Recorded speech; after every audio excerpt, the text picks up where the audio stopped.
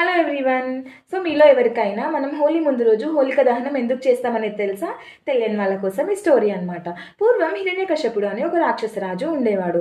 అతను బ్రహ్మకు కఠోరమైన తపస్సు చేసి తనకు దాదాపు చావే లేనట్టుగా ఒక వరం తీసుకుంటాడనమాట.